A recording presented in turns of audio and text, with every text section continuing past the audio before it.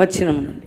అది వాని నాశనము చేయవలెనని తరచుగా అగ్నిలోను నీళ్లలోను పడద్రోయును. ఆ దెయ్యమట ఆ పిల్లవాడిని నాశనం చేస్తుందట. వినండి, వీడిని పీడిస్తుందయ్యా. అగ్నిలోను అగ్నిలోను నీళ్లలోను పడద్రోయును. అది తండ్రి చెప్తున్నాడు, చదవండి. ఏమైనా నీ వలనైతే మా మీద కనికరపడి మాకు సహాయము చేయుమని ప్రార్థన చేస్తా ఉన్నాడు. ఇది ప్రార్థన. అందుకు యేసు నమ్ముట నీ వలననైతే నమ్మువానికి సమస్తమును సాధ్యమే అని అతనితో చెప్పెను.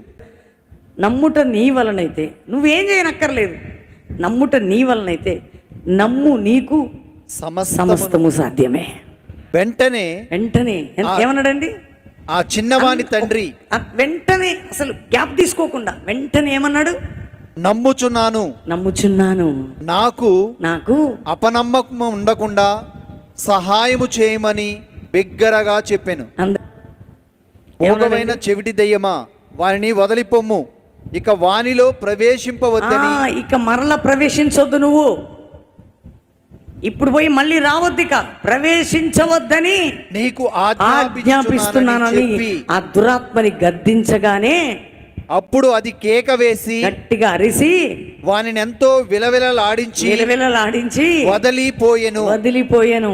అంతటా వాడు చచ్చిన వాని వలె ఉండెను గనుక అందరూ ఏమనుకున్నారు? వాడు చనిపోయెననిది అనుకున్నారు. అయితే యేసు వాని చెయ్యి పట్టి వాని లేవనెత్తగా వాడు నిలువబడెను. దేవునికి స్తోత్రం. అపనమ్మిక లేకుండా, నాలో అవిశ్వాసం లేకుండా నన్ను విశ్వాసములో కొనసాగించే కృప నాకు ఇవ్వండి. విశ్వాసమును కర్తయ్య కొనసాగించి నీ వైపు నేను చూడాలి. నన్ను, నా కుటుంబాన్ని సిద్ధపరచయ్యా. మా అందరినీ ప్రిపేర్ చేయను ఆయన. అట్టివారిగా మమ్మల్ని మలచండి అయ్యా. మాకు ఆ కృపనియండి అయ్యా. తండ్రి, ఎంతమంది బిడ్డలు ఈ వర్తమానం విని వారి హృదయాలు సమర్పణ చేసుకుంటున్నారో మనస్ఫూర్తిగా వాటిని అంగీకరించి ముందుకు సాగుటకు సహాయం చేయండి. అందరినీ సిద్ధపరచండి. అందరికీ మీరు తోడై ఉండి బలపరిచి కృప చూపమని యేసు నామములో అడుగుచున్నాం తండ్రి. ఆమెన్. కూర్చుందాం.